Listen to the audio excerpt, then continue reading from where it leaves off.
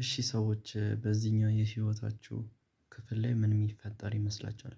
የመጣችሁበት የነበረው ነገር በሙሉ ግራ በመጋባት ወይም ባለማወቅ ነው አይደለ? ከዚህ በኋላ ምን የሚፈጠር ይመስላችኋል? አለም እንዲህ ሆና የምትቀጥል ይመስላችኋል? ሁሉ ነገር በእንደዚህ መልኩ መሄድ ይመስላችኋል? እናንተም እንዲህ የምትሆኑ ይመስላችኋል? የህይወት አፈጣጠር ዋና አላማ ለዚህ አልነበረም። የሰው ልጅ ጋርም ጥፋት ነበረ። አሁን የመጣሁት የሰው ልጅ እስካሁን የነበረበትን ነገር ጥፋት መሆኑን አውቆ ወይም ተገንዝቦ አምኖ ከዛ በኋላ ወደ ትክክለኛው ነገር እንዲመጣ ወይም ራሱን እንዲያውቅ ነው ማለት ነው። በመጀመሪያ እኛ ውስጥ ሁለት አይነት ሰው ነበር። ማለትም በአጭሩ እያልኳችሁ ነው እኛ አንድ ሰው አልነበርንም። በውስጣችን አእምሮ የሚባል አካል ነበረ። ያለኛ እንቅስቃሴና ፍቃድ ሰውነታችንን አስነስቶ እኛን ማኖር ወይም ሰውነታችንን ማንቀሳቀስ የሚችል አካል ነበረ። ነገር ግን እኛ ስለማናውቀው ሰውነታችንን እያንቀሳቀስን አእምሮአችንን እያዘዝን እየኖርን ነበር። ይሄ ነበር ጥፋቱ የሆነው። ሁሉ ነገር አይታችሁት ከሆነ ሲታይ ሁሉም ነገር ትክክል ነው። የሰው ልጅ አካል አፈጣጠር ሁሉ ነገር በሚያብረቀርቅ ሁሉም ነገር ትክክል ከመሆኑም በላይ በሚያብረቀርቅ መልኩ ነው የተፈጠረው። ነገር ግን ለምን እንደተፈጠረ የሰው ልጅ አያውቀውም። ከአፈር ጋር ልዩነቱን አያውቀውም። እኩል ሆኖ ከአፈር እኩል ሆኖ ነው እየኖረ ያለው። ማለት አንድ ነገር ጥቅም እስከሌለው ድረስ ከማይጠቅም ነገር ጋር እኩል ነው ማለት ይቻላል። የሰው ልጅ አሁን ላይ ከአፈር እኩል ሆኖ ነው ያለው። ማለትም አንድ ምሳሌ ልስጣችሁ። አንድን መኪና ለማይጠቀሙ ሰዎች ስትሰጡ እንዴት ነው ያለው ነገር? ያም መኪና ከአፈር እኩል ተመሳሳይ ተደርጎ አይደለም የሚቆጠረው። ለምን ያ መኪና ጥቅም አለው ለትልቅ ስትራክቸር ነው። ለትልቅ ነገር ነው ታስቦ የተሰራው። ነገር ግን ለማይጠቀሙ ሰዎች ጋር ስላለ የማይጠቀሙ ሰዎች ጋር ስላለ ይጠቀሙበት ስላልሆነ ጥቅም እዛ ላይ ስለሌለው ከአፈር ጋር ልዩነት የለውም ማለት ነው። የሰው ልጅም አሁን ላይ እንደዛ ነው።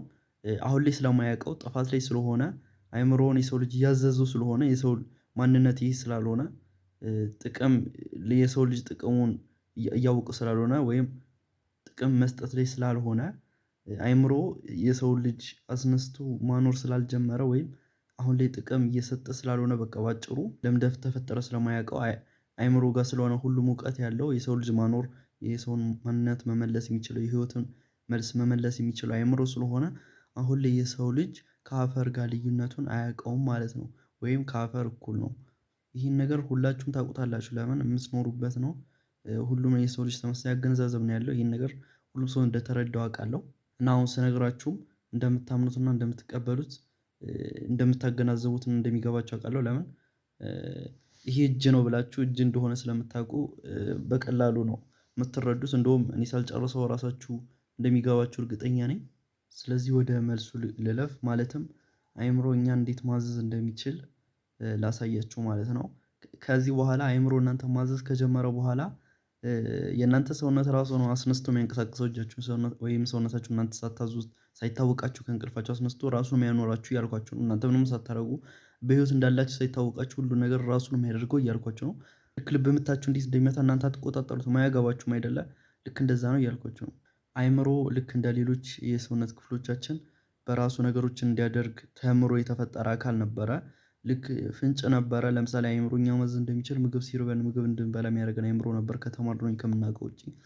ወይም ደግሞ እሳት ሲያቃጥላችሁ እንኳን እናንተ ብትተኙም እንኳን እጃችሁን ከእሳቱ የሚያርቀው አይምሯችሁ ነበር እናንተ ሳታዙት ወይም ሳይታወቃችሁ ማለት ነው። ይህም ምን ያሳያል? አይምሮ በተፈጥሮ የተማረ አካል መሆኑን ልክ እንደ ልብ ምትና እንደ ሌሎች አካሎቻችን በራሱ ነገሮችን ማድረግ እንደሚችል እኛ ሳናስተምረው ወይም ሳናዘው ነገሮችን ማድረግ እንደሚችል ያሳያል ማለት ነው።